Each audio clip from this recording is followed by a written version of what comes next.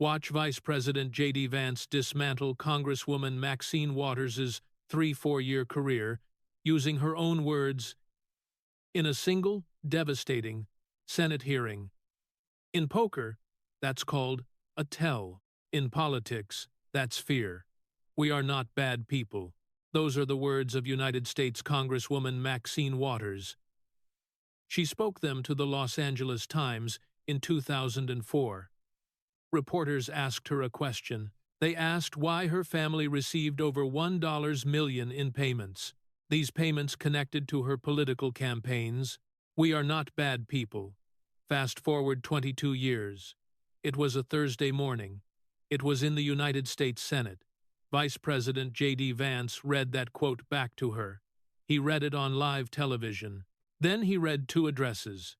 He read 20 years of Federal Election Commission filings. Then he asked her daughter a question. She was under oath. She sat at the witness table on C-SPAN. He asked her to explain where $1.2 million of campaign money went. Maxine Waters did not have an answer. Her daughter did not have an answer. Senator Elizabeth Warren tried to save them both. She is the most powerful Democratic voice on banking oversight in the United States Senate. She objected 3 times. She moved to recess. She challenged jurisdiction. She lost every time. It was not because the system was rigged against her. It was because the FEC filings were real. This is the story of a 6-word quote from 2004. It ended a 3-4-year political career in a single Thursday morning. You might believe the American people deserve to know where their campaign donations go. If so, hit that like button right now. Every dollar is about to be read out loud. The hearing was scheduled for 10 inches the morning. The location was the Senate Committee on Banking, Housing, and Urban Affairs. It took place in Dirksen Senate Office Building Room 538. The chairman was Senator Tim Scott, Republican of South Carolina. The ranking member was Senator Elizabeth Warren, Democrat of Massachusetts. The subject read, Financial Services Committee Oversight, TARP Accountability, and Congressional Campaign Finance Compliance. The title was deliberately boring. Senate hearing titles always are. The people who write them understand this tactic. A boring title keeps the wrong kind of attention away. It works until the cameras are rolling. Then, it is too late to leave. 2 witnesses had been called. The first witness was Congresswoman Maxine Waters. She is a Democrat representing California's 43rd Congressional District. She is the former chair of the House Financial Services Committee.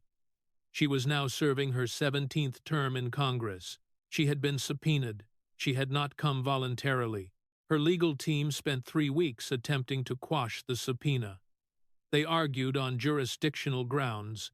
They argued the Senate Banking Committee had no authority. They claimed it could not compel testimony from a House member regarding House campaign finance matters. Chairman Scott overruled the challenge. He cited the committee's TARP oversight jurisdiction. He cited the One United Bank connection. The second witness was scheduled for the afternoon panel. It was Karen Waters, the Congresswoman's daughter. She operated Progressive Connections.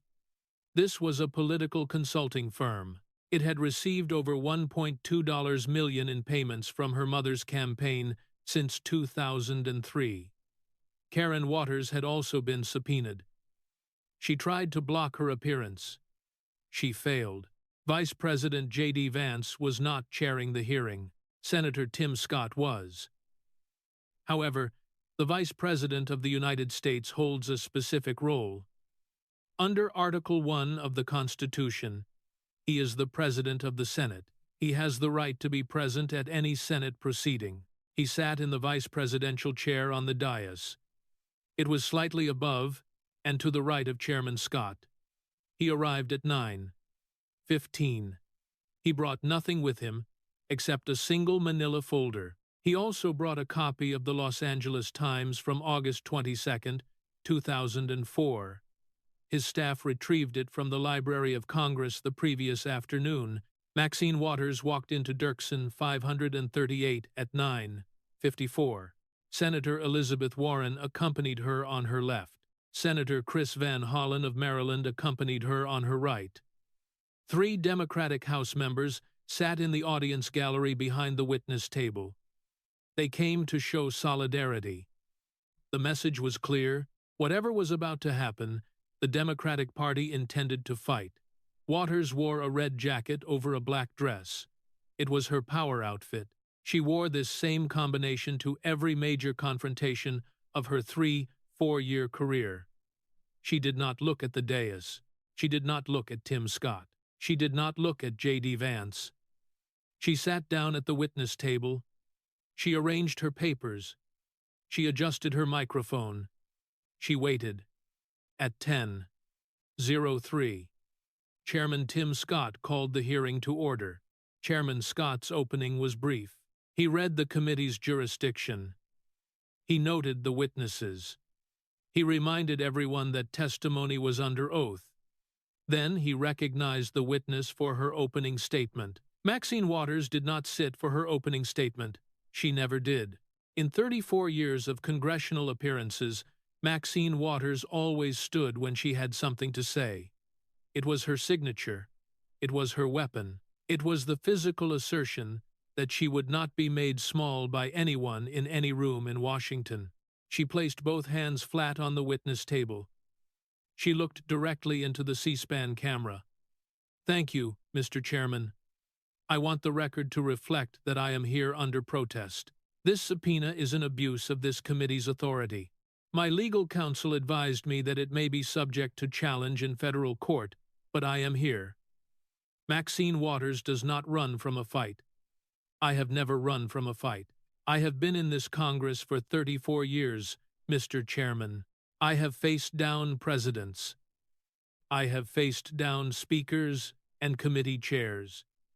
I have faced down every Republican who ever tried to silence a black woman for speaking the truth. Let me tell the American people what this hearing is really about. This hearing is not about banking oversight. This hearing is not about campaign finance. This hearing is about a Republican Party that cannot win on policy. They cannot win on ideas. They cannot win the trust of the American people. Instead, they subpoena an 7-year-old black woman. They put her on trial for the offense of serving her community for 3 decades. The Vice President of the United States is sitting on that dais right now. He is a man who wrote a book blaming poor people for being poor. He is a man who took $15 million from a Silicon Valley billionaire to buy a Senate seat. He is a man who has never walked 1 block in South Central Los Angeles. Not 1 block. Yet he is here to lecture me. He lectures me about the people I served since before he was born. Mr. Chairman, I will answer your questions. But I want every American watching to understand exactly what is happening in this room. This is not oversight. This is persecution. I will not be persecuted quietly. Reclaiming my time. She sat down. In the gallery, the 3 Democratic House members applauded. Chairman Scott tapped his gavel once lightly. The audience will refrain from demonstrations, he said. Senator Warren wrote something on her legal pad on the dais. She nodded once firmly. It was visible for the cameras.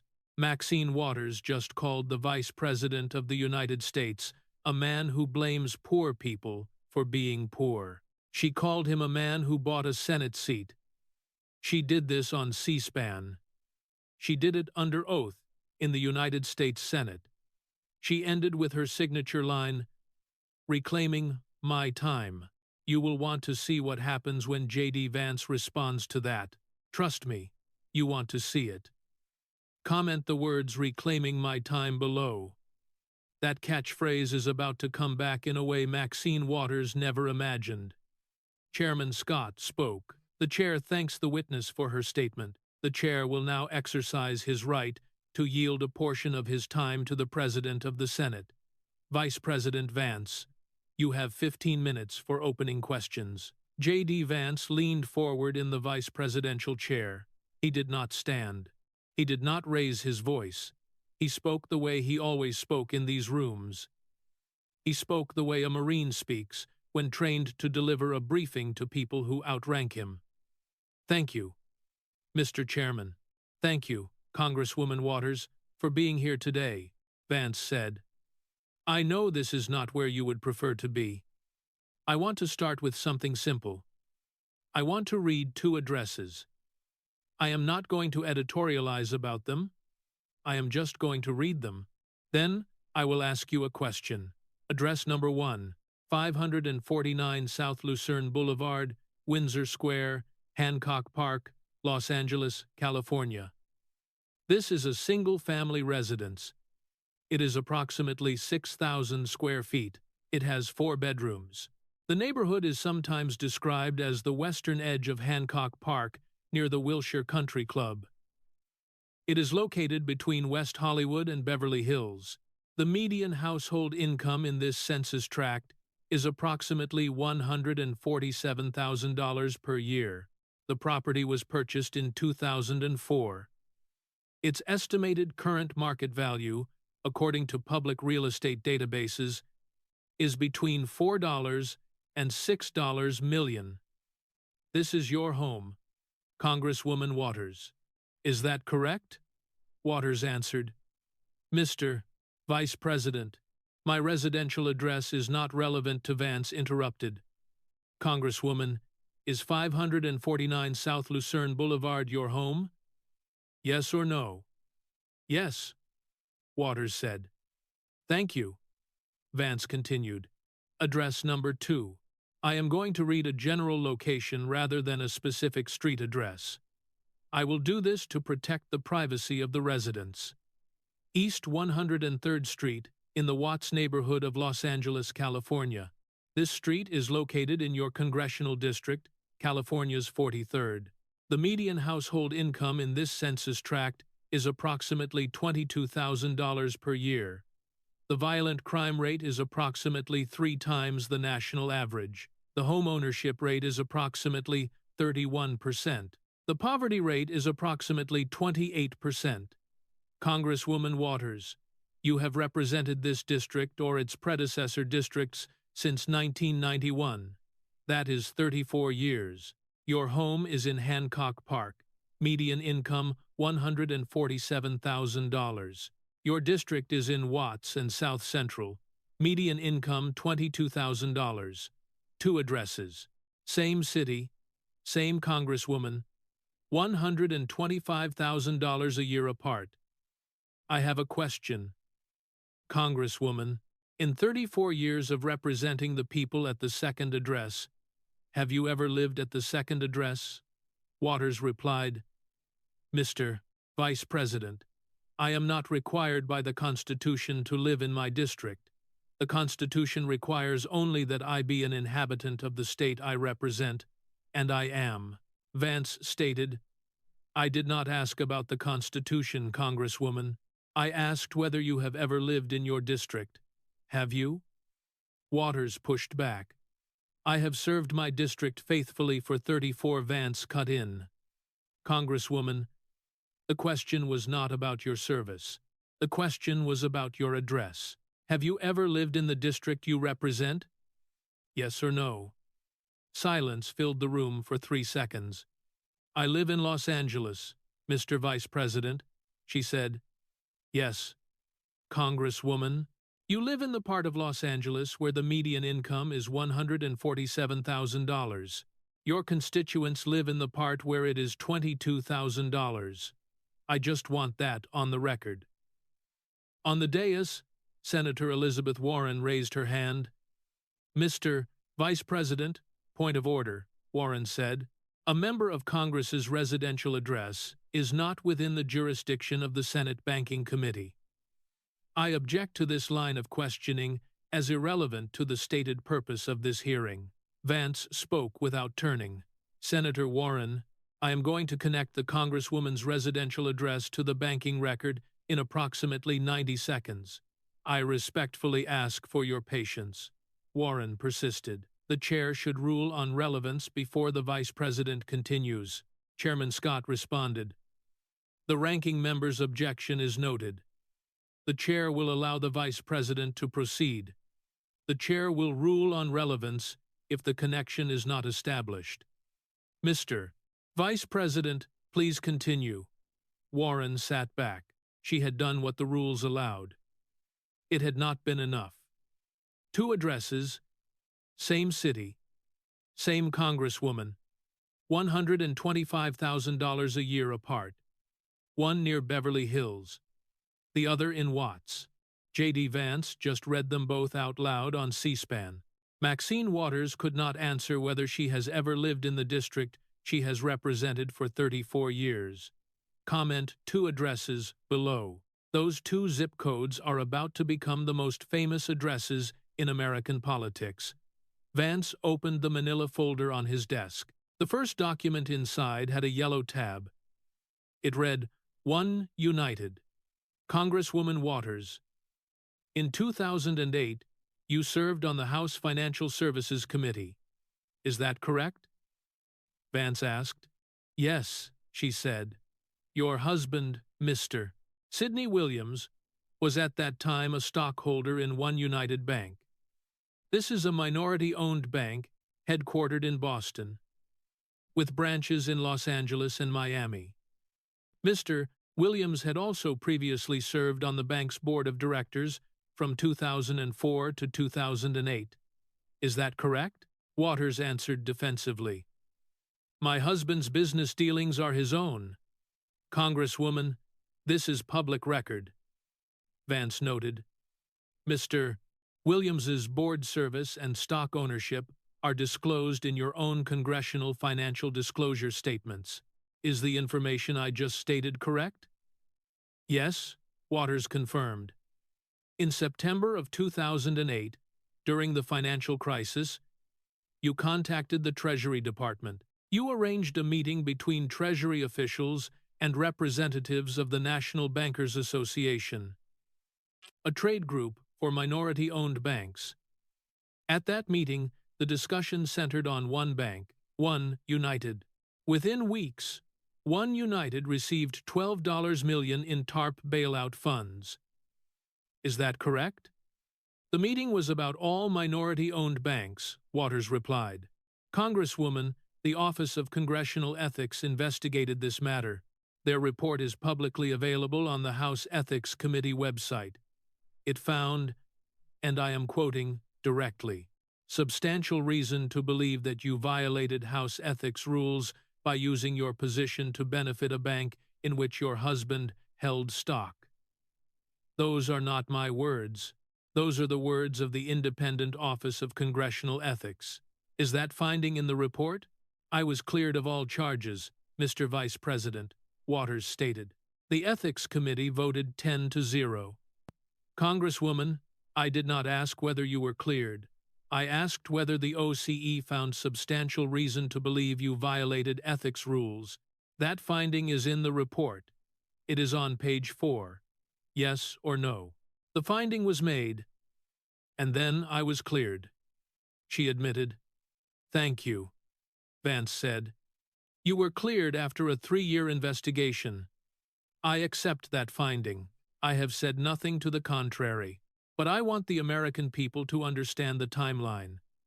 Congresswoman, in 2008, people at the second address were losing their homes. The people in Watts. The people in your district. They lost their homes in the worst financial crisis since the Great Depression. Meanwhile, your husband was a stockholder in a bank that received $12 million in taxpayer bailout money. You arranged the meeting that made it possible. You were cleared by the Ethics Committee. The people who lost their homes were not cleared of their mortgages. They were cleared out of their houses. Senator Warren's hand shot up. Mr. Vice President, the One United matter was fully investigated. The Congresswoman was unanimously cleared. Relitigating a closed ethics case on the Senate Banking Committee floor is an abuse of this committee's time. It is an insult to the witness. Vance replied, Senator Warren, you are correct. She was cleared. I am reading the OCE report. It remains on the public record at the House Ethics Committee's website. Would you like me to stop reading publicly available government documents? Warren did not answer. She could not block public records. $12 million in taxpayer bailout money went to a bank where Maxine Waters' husband held stock. This happened while the people in her district lost their homes. She was cleared after 3 years. They were cleared out of their houses. Subscribe right now if you want to follow every dollar of this investigation. The next number is going to be worse. $1.2 million. It went to her daughter. Vance turned to the next tab in his folder. It was marked Karen Waters, FEC. Congresswoman Waters, I want to move to a separate matter now. This one involves your daughter, Karen Waters, and her company, Progressive Connections. Federal Election Commission filings are publicly available at fec.gov. According to these filings, your campaign committee, Citizens for Waters, paid your daughter Karen and her company Progressive Connections. They received a combined total of more than $1.2 million since 2003. Is that figure approximately correct? My daughter provides legitimate professional services to my campaign, Waters stated. Congresswoman, I did not ask about the legitimacy of the services. I asked about the dollar amount. Is $1.2 million approximately correct? The FEC filings are in front of me. They are in front of anyone in America who visits fec.gov, Vance added. The amount sounds approximately correct. Waters relented. Thank you. I want to walk through some specific cycles. During the 2020 election cycle, your campaign paid Karen Waters approximately $240,000. This source is FEC filings, reported by the Washington Free Beacon, and independently confirmed by Fox News Digital. During the 2022 cycle, your campaign paid her approximately $192,000. Same source. In 2021 alone, she received $81,650 in 12 separate installments, all for what the filings describe as slate mailer management fees and gov services. Congresswoman, slate mailers are common in California state politics, but you are the only federal politician in the United States of America who operates a slate mailer system. The only one. Other candidates paid your campaign for the privilege of appearing on your endorsement mailers. This includes then Attorney General Kamala Harris, Governor Gavin Newsom, and the late Senator Dianne Feinstein. Your daughter managed the operation. Your daughter got paid. In 2004, the Los Angeles Times investigated your family's financial relationship with your campaign. Reporters found that various members of your family received more than $1 million over 8 years. This money came from businesses and campaigns connected to you. When the Times asked you to explain, you gave an answer. I am quoting you directly from the August 22, 2004 edition of the Los Angeles Times. He picked up the newspaper from the desk. It was the actual newspaper, yellowed, creased, 22 years old. He held it up so the C-SPAN cameras could see the masthead. You said, "They do their business and I do mine. We are not bad people." Congresswoman, nobody in this room called you bad people. I certainly didn't. I am reading FEC filings. The FEC filings do not use the word bad. They use dollar amounts. The dollar amounts say $1.2 million. Tim Scott leaned into his microphone. Mr. Vice President, if I may, a point of personal privilege. The chairman is recognized, Vance said. Tim Scott did not raise his voice. He never did. His voice was the South Carolina voice of a man whose mother worked 6-hour days. She worked as a nursing assistant to raise him and his brother alone. I just want to put one number in context for the American people watching. The median household income in Congresswoman Waters' district is approximately $22,000 per year. Her daughter received $240,000 from the campaign in the 2020 cycle alone. That is approximately 10.9 years of her constituents' median household income. In a single election cycle.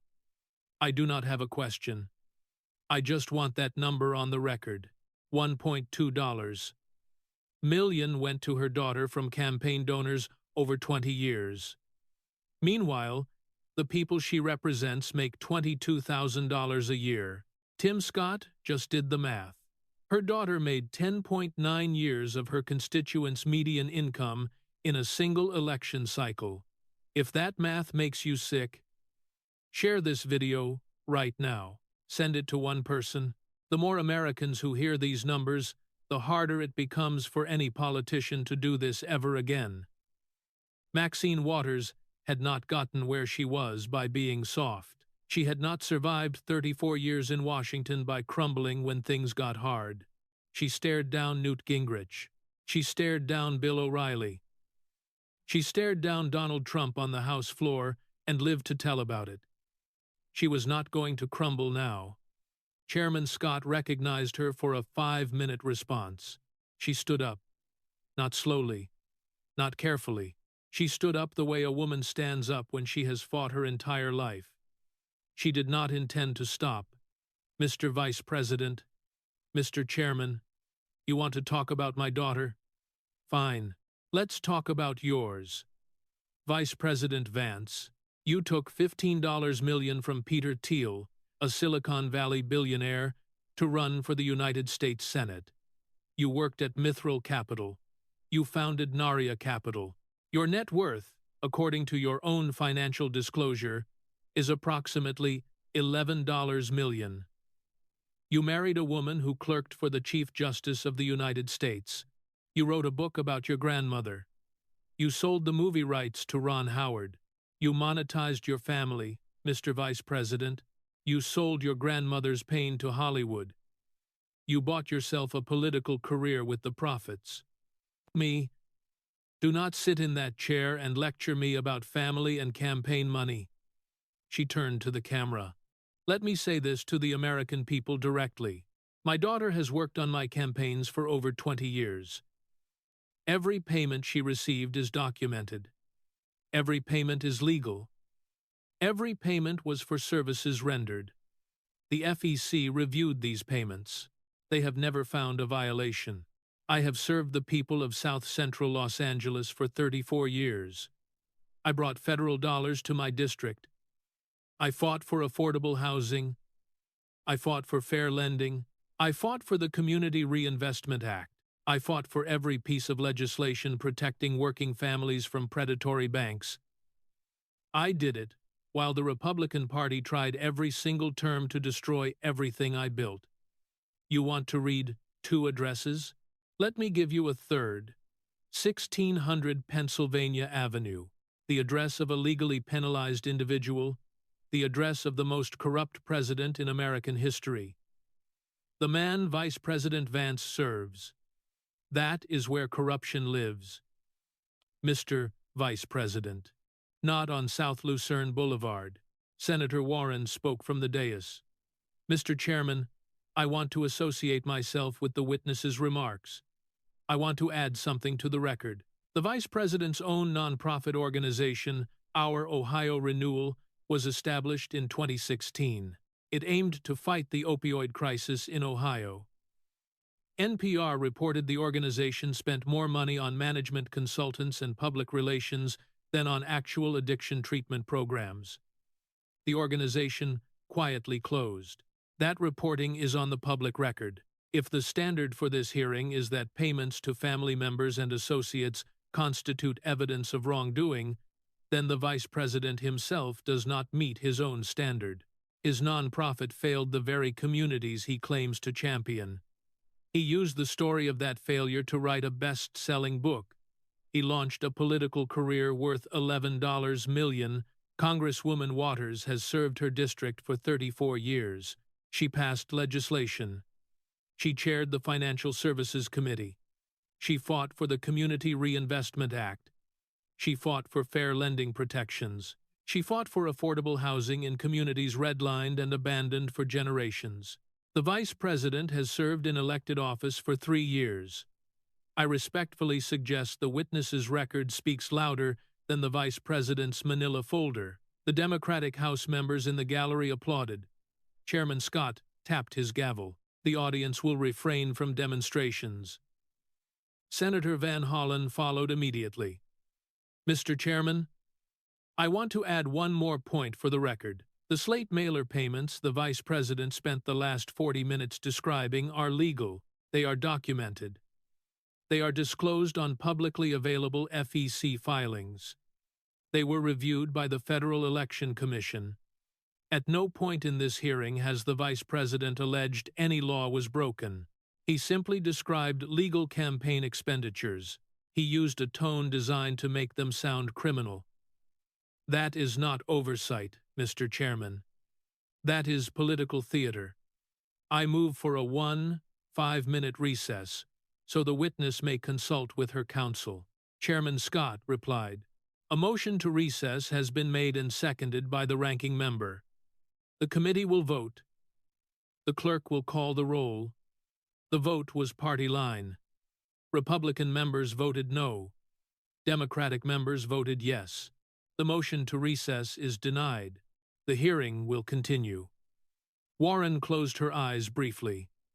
Van Hollen sat down his pen. They deployed every procedural tool available to the minority. Objections, motions, points of order, speeches, roll call votes, all of it. Everything the Senate committee rules allowed. It had not been enough. Not because the system was broken, not because the majority was unfair. It was because the FEC filings were real. You cannot recess a fact. J.D. Vance waited until the room settled. He waited until Warren stopped writing. He waited until Van Hollen put his pen down. He waited until the last murmur from the Democratic gallery members faded. It faded into the ventilation hum of Dirksen. 538. He did not look defensive. He did not look angry. He did not look like a man attacked by 2 United States senators and a 3-4-year congresswoman at the same time. He looked like a man who had been waiting for exactly this moment. Congresswoman, Senator Warren, Senator Van Hollen, thank you. Everything you just said about me is accurate. Every word. I took Peter Thiel's money. I worked at Mithril Capital. I founded Naria Capital. My net worth is approximately $11 million. I married a woman who clerked for the Chief Justice. I wrote a book about my grandmother. Ron Howard made a movie. Glenn Close played Mama. Our Ohio renewal spent too much money on consultants. It did not spend enough on the communities it was supposed to serve. NPR's reporting was accurate. The nonprofit closed. I take responsibility for that failure. It is one of the real regrets of my life before politics. All of that is true. Every single word. I do not deny any of it. I am not going to start denying it now under oath. I will not deny it in front of my own colleagues and my own staff. My wife is watching this hearing right now from the Naval Observatory, but I want to say something to the American people watching at home, something that has nothing to do with Congresswoman Waters or Senator Warren or me. I grew up in Middletown, Ohio. Population 48,000. My mother was addicted to banned substances. My grandmother raised me. She kept a loaded revolver under her pillow. The men in our neighborhood drank too much. The women learned to protect their children. I joined the Marine Corps at 18. I joined because I did not have another option looking like a future. After the Marines, I went to Ohio State on the GI Bill. Then I went to Yale Law School. Then I moved to San Francisco. Then I moved to Washington. I made money. I wrote a book. I became a senator. I became vice president. I left Middletown, Ohio. I was honest about leaving. I never told the people of Middletown I was still living on their street. I never pretended my address was the same as theirs. When I went back as a visitor. I wrote about it. Everyone in Middletown knows exactly where J.D. Vance lives now. They know exactly how much money J.D. Vance has, because I told them. That is the difference between us, Congresswoman. I left my town and admitted it. You left your district and pretended you didn't. Your name has been on the ballot in the 43rd District for 34 years. Your voters believe you are fighting for them from inside their community.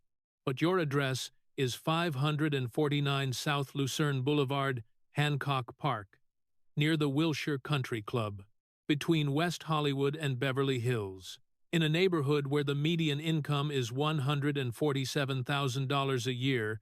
Your constituents' median income is $22,000. I left Middletown and admitted it. You left South Central and pretended you stayed. And $1.2 million to your daughter is the receipt. The silence in Dirksen 538 lasted 6 seconds. Senator Warren did not object. Senator Van Hollen did not move. The Democratic gallery members did not applaud. There was nothing to object to. He had not lied. He had not smeared. He had read 2 addresses and done the subtraction. I left and admitted it. You left and pretended you didn't. If that sentence stopped you cold, hit that like button one more time. I know you hit it at the beginning. Hit it again. YouTube counts it. The next part of this hearing is about to get worse. J.D. Vance is about to read Maxine Waters' own words about getting confrontational. He is going to read a federal judge's response that shook the American legal system. Vance turned to the next tab. It was marked Brooklyn Center, Minnesota, April 2021. Congresswoman Waters, I want to move to a separate matter. On April 17, 2021, you traveled to Brooklyn Center, Minnesota. You were not a representative of Minnesota. You represented California's 43rd District. But you traveled to Minnesota during the trial of former Minneapolis police officer Derek Chauvin. He was charged with the fatal incident involving George Floyd. While in Brooklyn Center, you spoke to a crowd of protesters. A reporter asked you what should happen if Chauvin was not found guilty. You answered, I am quoting you directly from video that is publicly available. It was broadcast on every major network in America. You said, we've got to stay on the street. We've got to get more active. We've got to get more confrontational. We've got to make sure that they know that we mean businesses. Is that an accurate quote? Congresswoman Waters, I was speaking about peaceful confrontation. Waters began. I have always been Congresswoman. Is that an accurate quote? Yes or no? Those are my words, and I stand by them. Thank you. The presiding judge in the Derek Chauvin trial, Judge Peter Cahill of the Hennepin County District Court, addressed your comments from the bench. He said, and I quote the judge from the court transcript, that your remarks were abhorrent. He said they may have given the defense grounds to appeal the verdict, potentially having the whole trial being overturned. A sitting federal judge, Congresswoman, said your words could have overturned a fatal incident conviction regarding George Floyd. It was the conviction millions of Americans waited a year for. It was the conviction cities across America braced for. A judge said, your words could have undone all of it. Words spoken in a state you do not represent, to a crowd you had no authority over. And your response in a subsequent interview on CNN, also on the public record, was to say the judge was way off track. A federal judge with 30 years on the bench, Congresswoman, the presiding judge in the most important criminal trial in America. You said he was way off track for applying the law, for doing his job, for protecting the integrity of a verdict the families of George Floyd counted on. Congresswoman, in January of 2021, 3 months before your remarks in Minnesota, the Democratic Party accused President Trump They accused him of inciting violence at the United States Capitol. Many Americans agreed with that accusation. Many did not. That debate continues to this day. But you applied a standard to President Trump. The standard that words spoken to a crowd can constitute incitement. This is the same standard Judge Cahill applied to your words in Brooklyn Center. If telling a crowd to march to the Capitol is incitement, Congresswoman, what is telling a crowd to get more confrontational before a fatal incident verdict? Senator Warren interjected. Mr. Vice President, the Congresswoman's remarks in Minnesota were fully addressed at the time. The House declined to censure her. This is settled. Senator Warren, the House declined to censure the Congresswoman because the Democratic majority blocked the vote. 216 Democrats voted to table the censure resolution. That is not adjudication. That is protection. The vote record is public. Would you like me to read it into the record? Warren did not respond. Get more confrontational. That is what Maxine Waters told protesters before a fatal incident verdict. A sitting judge called it abhorrent. Maxine Waters called the judge way off track. J.D. Vance just put those two quotes side by side on national television. Comment the word confrontational below. Those 7 words are now part of the permanent record of the United States Senate. Chairman Scott spoke. The chair will now call the second witness panel. Miss Karen Waters. Please approach the witness table. The room shifted.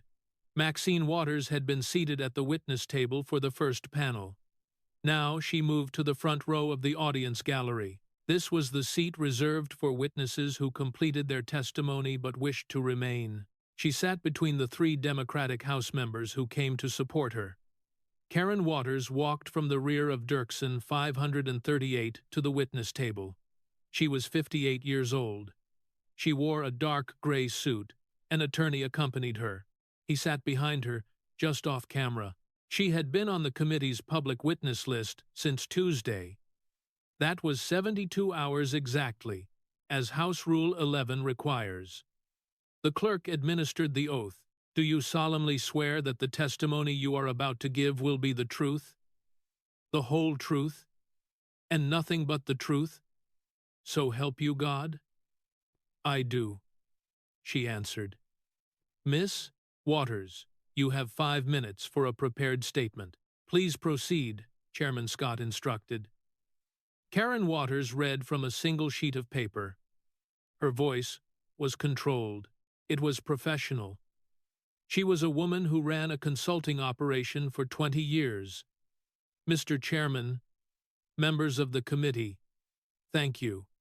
My name is Karen Waters. I am the owner and operator of Progressive Connections. It is a political consulting firm based in Los Angeles, California. I provided slate mailer management services.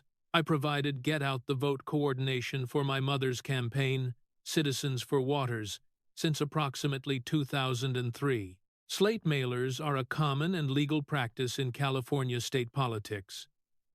My company operated in full compliance with Federal Election Commission regulations. It complied with California state campaign finance law throughout its existence. I am happy to answer the committee's questions. Thank you, Ms. Waters. The chair yields to Vice President Vance. Vance spoke quietly. He did not attack. He did not raise his voice. He asked questions the way an intelligence officer asks questions, one at a time. Close-ended, leaving no room. Miss Waters, your mother's campaign paid you and your company approximately $1.2 million since 2003. Is that figure approximately correct? Karen answered. I would have to review the exact total, but that is in the range of what has been publicly reported.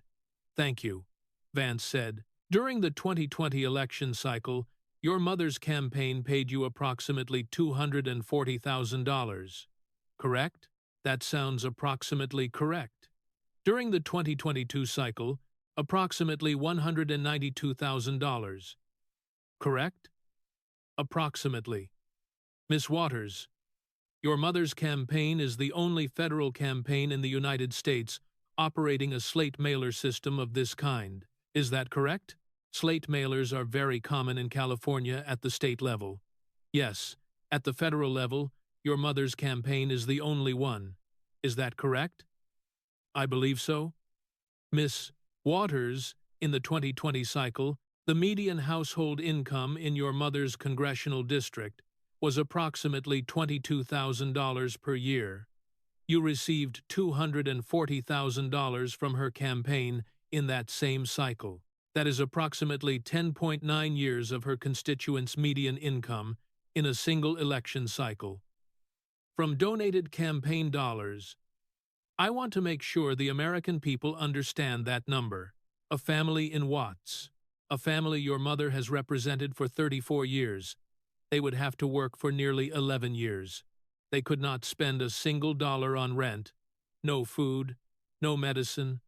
That is to earn what you received in one campaign cycle. You earned it for managing a mailer operation no other federal politician in America uses. That family, the family at the second address, they donated to your mother's campaign because they believed their money would fight for them. Instead, a portion of that money went to the first address, to Hancock Park, to your mother's daughter, to you. Karen Waters looked at her attorney. Her attorney did not speak. Vance stated, "I do not have a follow-up question. I just want that math on the record."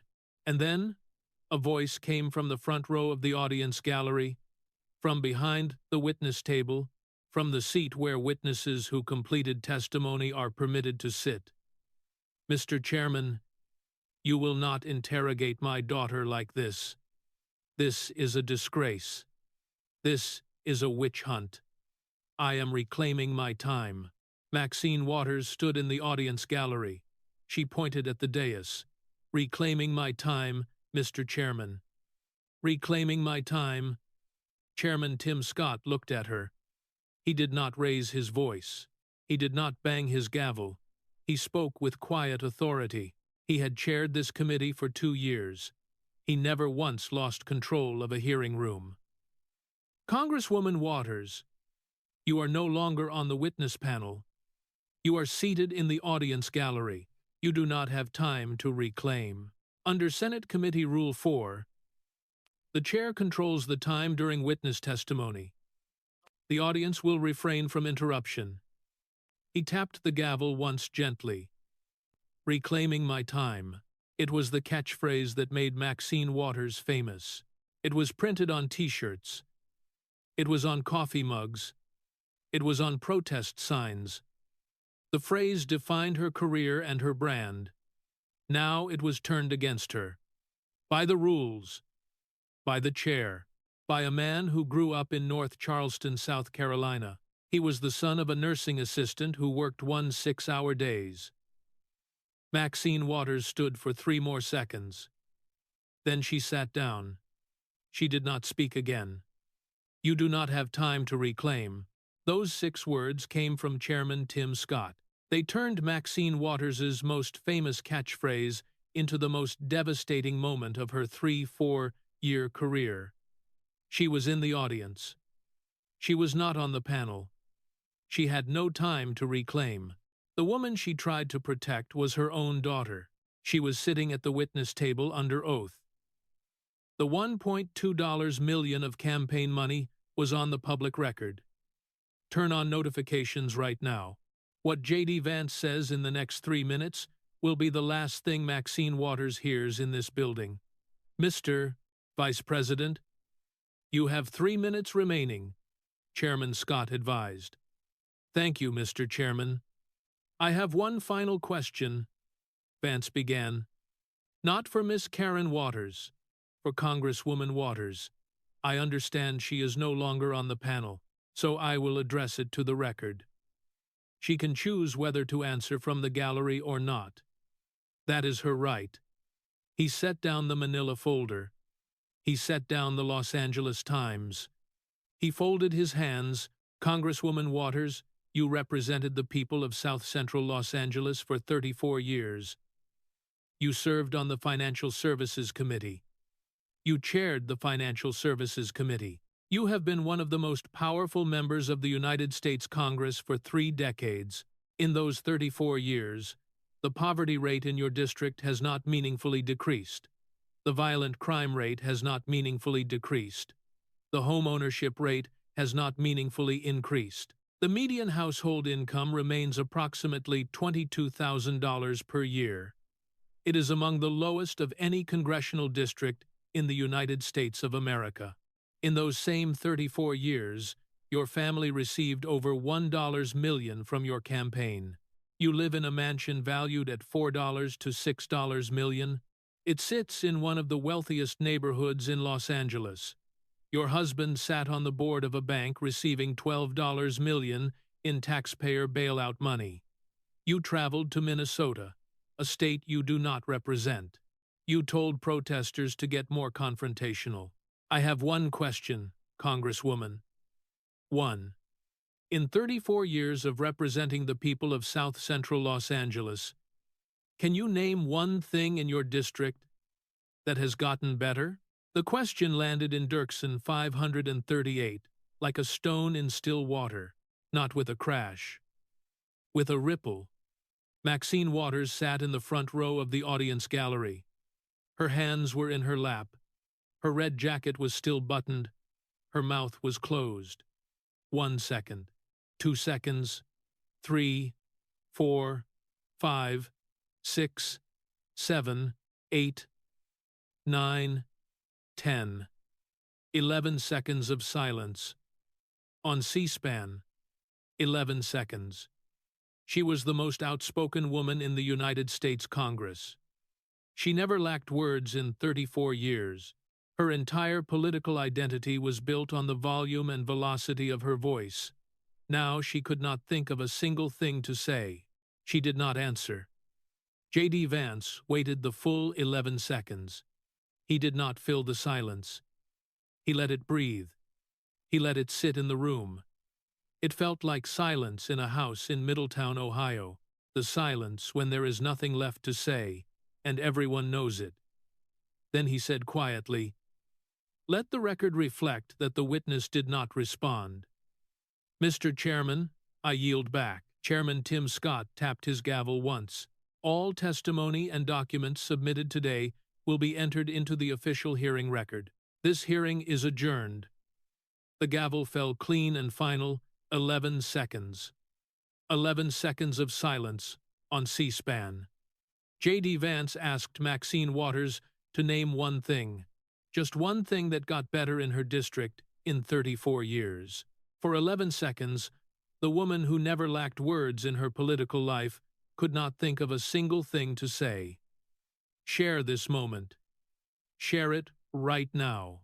Send it to every American who ever wondered what their representative actually did for them. Somewhere in the Russell Senate office building at 4:47 that afternoon, Senator Elizabeth Warren sat alone at her desk. She objected 3 times. She moved to recess. She challenged jurisdiction. She associated herself with Maxine Waters' remarks. She cited the vice president's own nonprofit as a counterargument. She did everything the Senate minority rules allowed her to do. It had not been enough. Her chief of staff knocked and entered. "Senator, can I get you anything?" Warren took off her reading glasses. She set them on the desk. "The FEC filings are real. Every address he read is real. Every dollar amount he cited is verifiable. You can't object to a zip code. You can't overrule a fact." She put her glasses back on. "Get me the draft of the campaign finance transparency bill we shelved last session. I want it on the banking committee agenda by Monday morning. If we are going to lose a hearing like this, we are going to lose it while building something that prevents the next one." Somewhere in the vice presidential office off the Senate floor, J.D. Vance called his wife Usha. She was at the Naval Observatory. She was there with their 3 children. "How was it?" she asked. "I read 2 addresses," he replied. Usha paused. That's all it took? That's all it ever takes. 2 addresses, and the truth. The kids want to know if you're coming home for dinner. Tell them, I'll be there by 6:30. I have one more vote at 5:15. He hung up. He walked to the Senate floor. He presided over the 5:15 vote on a routine agricultural appropriations amendment. He cast no tie-breaking vote. He walked back to his office. He picked up his jacket, his manila folder, and the two-year-old copy of the Los Angeles Times. He drove home to the Naval Observatory. He had dinner with his family. His oldest son, Ewan, asked him what he did at work that day. He answered, I read some numbers out loud. Marines finish what they start. Vice presidents go home to their families, somewhere on East 103rd Street in Watts, Los Angeles, California. It was 7:18 that evening, Pacific time. An 83-year-old woman sat on her front porch in a plastic lawn chair. She lived on this street for 29 years. She voted for Maxine Waters in every election since 1994. Her granddaughter called her at 5:00. She told her to watch something on YouTube. She watched it on her granddaughter's old iPad. It was propped against a coffee mug on the kitchen table. She watched the whole thing. 2 hours and 14 minutes. She did not fast forward once. When it ended, she walked out to her porch and sat down. The street light at the end of her block had been out for 3 months. She called the city about it twice. Nobody came. She said nothing to her granddaughter about the hearing. She just sat there in the plastic chair. She looked at the dark end of the street she looked at for 29 years. She thought about a mansion near Beverly Hills she had never seen. She would never see it. She thought about a congresswoman who never knocked on her door. After a while, she went inside. She turned off the iPad. She went to bed. Tomorrow was Friday. She had a doctor's appointment at the free clinic on Wilmington Avenue. She waited 6 weeks for it. It was the only clinic in her zip code accepting her insurance. 549. South Lucerne Boulevard was 11 miles away. It might as well have been on the moon. Within 72 hours, the House Ethics Committee announced a preliminary review. They examined the Karen Waters slate mailer payments. They specifically investigated whether the operation constituted a de facto endorsement for sales scheme. This would violate federal campaign finance guidelines. Within a week, 3 California state politicians quietly requested refunds. They wanted back the endorsement fees previously paid to the Citizens for Waters campaign. Within a month, the FEC announced it would conduct a routine audit. It targeted the Waters Campaign Committee. It was the first such audit in the campaign's 3-4-year history. Kamala Harris's office declined to comment on the $33,000 her campaigns paid. The payments were for slate mailer placement on Waters's endorsement mailers between 2010 and 2016. Gavin Newsom's office issued a one-sentence statement. The governor does not comment on federal campaign finance proceedings. Karen Waters' consulting firm, Progressive Connections, filed no new FEC disbursement reports for the remainder of the 2026 cycle. Maxine Waters completed her 17th term in Congress on January 3, 2027. She did not seek an 18th. She did not hold a farewell press conference. She gave no speech on the House floor. She released a 4-sentence written statement through her district office. It thanked the people of South Central Los Angeles for 34 years of trust. She went home to 549 South Lucerne Boulevard. It was the home she purchased in 2004. The home near the Wilshire Country Club. The home in Hancock Park. It was 11 miles from the district she represented for 34 years. If you made it this far, thank you. Every fact in this video is on the public record. FEC filings are at fec.gov. The Los Angeles Times investigation is from August 2004. The Office of Congressional Ethics report is on One United Bank, the $12 million TARP bailout, Karen Waters' payment history through progressive connections, the 2021 Brooklyn Center remarks and Judge Cahill's rebuke, the publicly documented location of 549 South Lucerne Boulevard, the census data for California's 43rd Congressional District, all of it, 5 minutes. A phone, any American, 3 things before you go. 1. Hit that like button, one last time. YouTube shows this to more Americans when you do. The more Americans who hear 2 addresses read out loud, the harder it gets. Any politician will struggle to live in Hancock Park while their constituents live in Watts. 2. Comment the words 2 addresses below. After today, those 2 words mean something they have never meant before. I read every comment. Top comments get pinned. 3. Subscribe and turn on notifications. Next week features another hearing, another politician, another truth sitting in plain sight on a government website. It waits for somebody to read it out loud. God bless the woman on East 103rd Street. God bless every American like her. They wait 29 years for a street light. They wait 34 years for a representative living in the same zip code.